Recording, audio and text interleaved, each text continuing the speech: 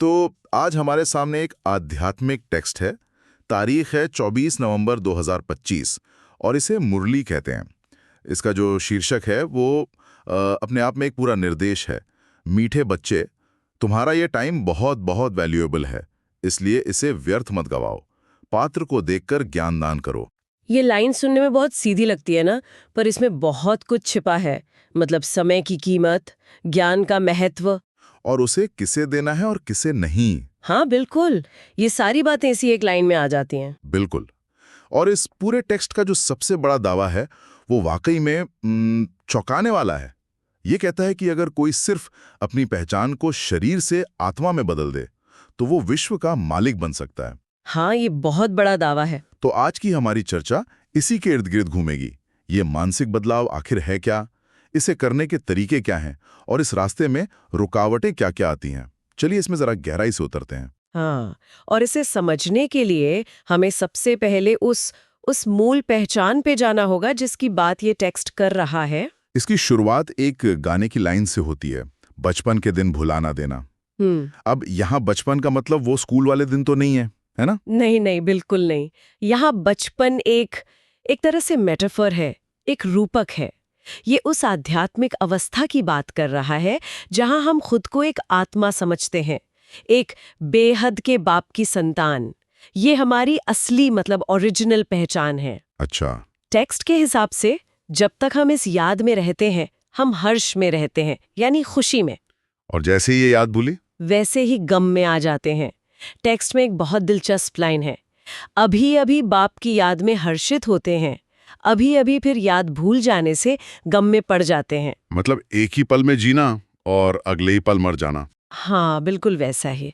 और यहाँ मरने का मतलब वो शारीरिक मौत नहीं है। इसका मतलब है उस आध्यात्मिक परिवार की चेतना से निकलकर वापस इस दुनिया के शारीरिक रिश्तों और चिंताओं में फंस जाना। अच्छा, तो ये एक तरह का मानसिक स्विच है जो हर पल ऑन ऑफ हो रहा है। और इसी से जुड़ा हुआ शांति का सवाल भी है। लोग शांति के लिए कहाँ नहीं भटकते, तीर्थों पर जाते हैं, पहाड़ों में। और ये टेक्स्ट कहता है कि ये सारी भागदौड़ बेकार है, क्योंकि शांति कोई बाहर खोजने वाली चीज है ही नहीं। अच्छा। इसे एक बहुत सरल उदाहरण से समझ सकते हैं। मान लीजिए हमारी आत्मा एक स्मार्टफोन है, तो शांति धाम, जिसे आत्मा का घर कहा गया है, वो उस फोन का चार्जिंग स्टेशन है।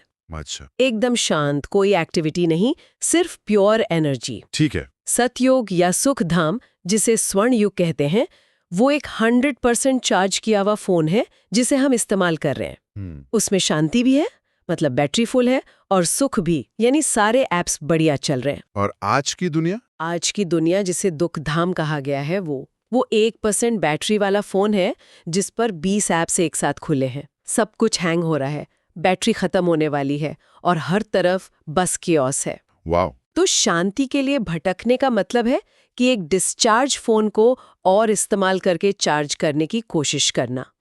जबकि टेक्स्ट कहता है शांति तो तुम्हारा मूल स्वभाव है, बस अपनी चेतना को सोर्स से कनेक्ट करो।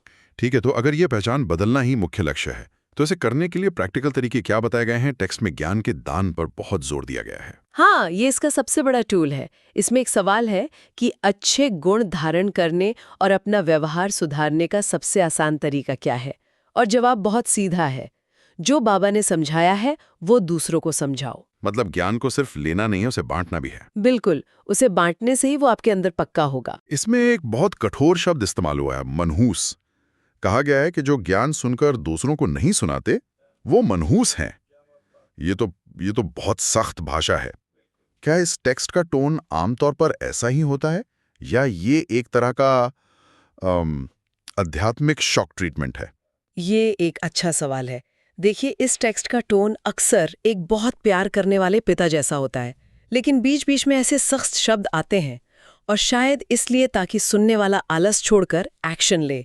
ये कहने का एक तरीका है कि भाई, तुम्हें इतना अनमोल खजाना मिला है, और अगर तुम इसे सिर्फ अपने पास दबाकर बैठ गए तो तुम अपना ही सबसे बड़ा नुकसान कर रहे हो। सही बात, बिल्कुल। लेकिन ज्ञान देने पर भी एक शर्त है। कहा गया है कि सिर्फ पात्र को ही देना चाहिए।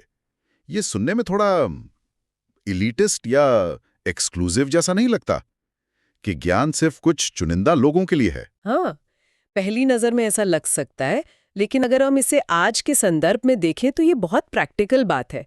सोचिए, एक यूनिवर्सिटी प्रोफेसर अपना समय किसी ऐसे स्टूडेंट पे क्यों लगाएगा जिसे उस विषय में कोई दिलचस्पी नहीं है? सही बात है। या एक बिजनेस मेंटोर किसी ऐसे व्यक्ति को क्यों सिखाएगा जो उसकी सलाह को मजाक समझता है? ये टेक्स्ट कहता है कि आपका समय इस दुनिया में सबसे कीमती है। इसे वहां लगाओ जहां इसकी कदर हो। अगर कोई इसे कल्पना कहकर खारिज कर रहा है तो उससे बहस करने के बजाय प्यार से बात खत्म कर दो। ऊर्जा बचाने की बात है। और समझाने का तरीका भी बताया गया है कि बहुत प्यार से, और सबसे पहले बाप का परिचय देना है। ये इतना जरूरी क्यों है? क्योंकि ये पूरी इमारत की नींव है।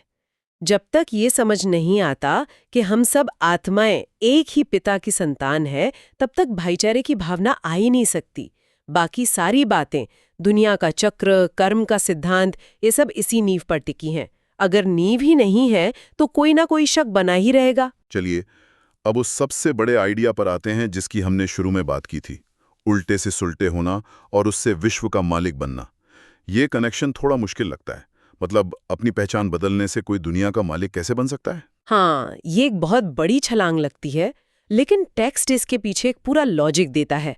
चलिए उस लॉजिक को स्टेप बाय स्टेप समझते हैं। ठीक है। स्टेप 1, जब इंसान खुद को शरीर समझता है तो वो उल्टा है। क्यों? क्योंकि शरीर नश्वर है, विनाशी है। स्टेप 2, इस शरीर चेतना से ही सारे विकार पैदा होते हैं। मेरा शरीर, मेरा पैसा, मेरा परिवार, यहीं से लालच, अहंकार, क्रोध की शुरुआत होती है। ओके। स्टेप 3, जब करोड़ों लोग इन विकारों के आधार पर जीते हैं तो दुनिया कैसी बनेगी? अराजक, दुखी, कॉन्फ्लिक्ट से भरी हुई। इसी को रावण राज्य कहा गया है। स्टेप 4, अब इसे पलट देते हैं।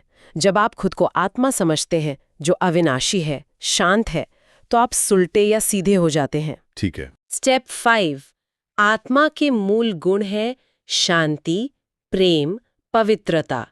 जब आप इस चेतना में रहते हैं तो आपके कर्म इन गुणों पर आधारित होते हैं।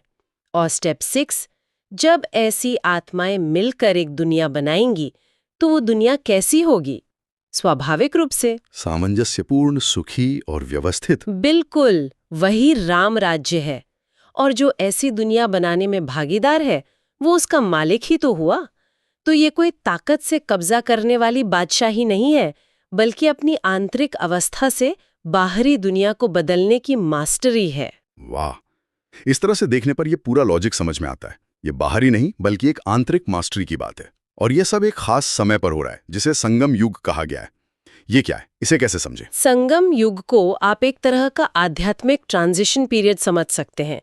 जैसे जब आप अपने कंप्यूटर से पुराना ऑपरेटिंग सिस्टम हटाकर नया इंस्टॉल करते हैं तो बीच में एक छोटा सा समय होता है जब सब कुछ ट्रांसफर हो रहा होता है। बहुत ही नाजुक समय। हाँ, और बहुत महत्वपूर्ण भी।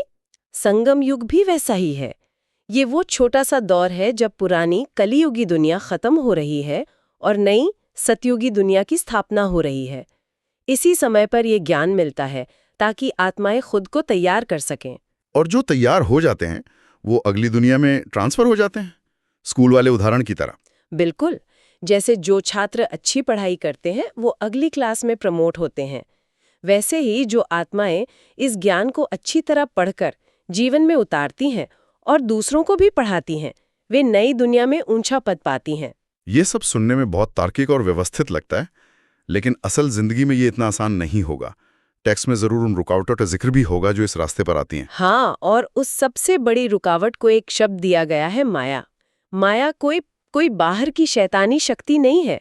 ये हमारे ही अंदर की पुरानी आदतें, पुराने संस्कार और इस दुनिया का आकर्षण है जो हमें बार बार अपनी तरफ खींचता है। हाँ, आप याद में मैकपी की कोशिश करेंगे और मन 10 साल पुरानी किसी बात पर चला जाएगा।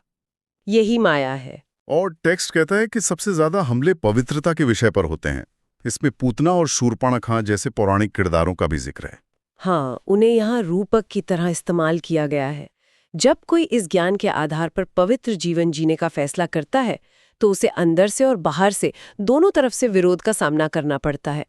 घर में झगड़े हो सकते हैं, दोस्त मजाक उड़ा सकते हैं और सबसे बढ़कर अपना ही मन पुराने रास्ते पर जाने के लिए तरसा सकता है। बिल्कुल, ये पौराणिक पात्र उसी तीव्र आंतरिक और बाहरी संघर्ष को दर्शाते हैं। तो फिर इस माया से लड़ने का हथियार क्या है? टेक्स्ट में एक बहुत शक्तिशाली शब्द आता है, स्वदर्शन चक्रधारी। ये क्या है? ये कोई हथियार तो नहीं है? नहीं, ये कोई भौतिक हथियार नहीं है। ये ज्ञान का सबसे शक्तिशाली हथियार है। स्वदर्शन चक्रधारी होने का मतलब है अपनी 84 जन्मों की पूरी कहानी को समझना। ये जानना कि हम कैसे अपनी यात्रा की शुरुआत में देवता थे, फिर क्षत्रिय, वैश्य, शूद्र बने और अब फिर से ब्राह्मण बनकर देवता बन रहे हैं।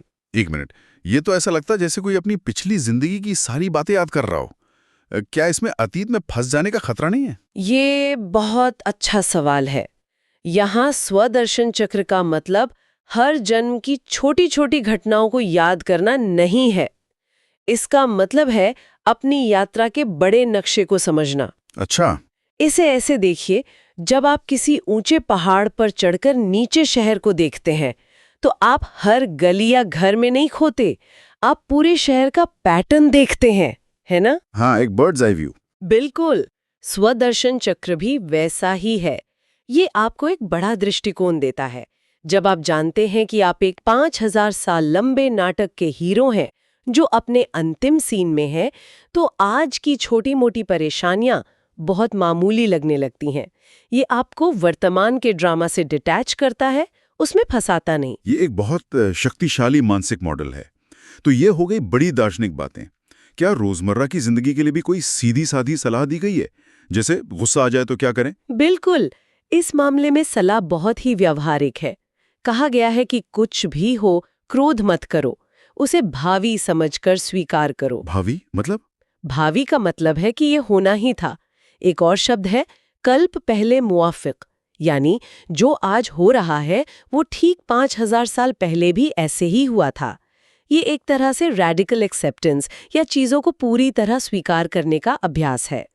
जब आप जानते हैं कि ये सीन पहले भी हो चुका है, तो आप उसके एक्टर बन जाते हैं, न कि उसमें फंसे हुए किरदार। और खासकर स्त्रियों के लिए भी इसमें कुछ कहा गया है, क्योंकि अक्सर उन्हें ज्यादा अत्याचार सहना पड़ता है। हाँ, ये टेक्स्ट इस बात को स्वीकार करता है कि पुरुष बलवान होते हैं और कभी-कभी जुल्म करते हैं, लेकिन ये उन्हें बाहरी लड़ाई लड़ने के लिए नहीं कहता। ये एक गुप्त लड़ाई की बात करता है, शांति और पवित्रता की शक्ति से अपने अंदर के रावण और सामने वाले के रावण पर जीत पाना।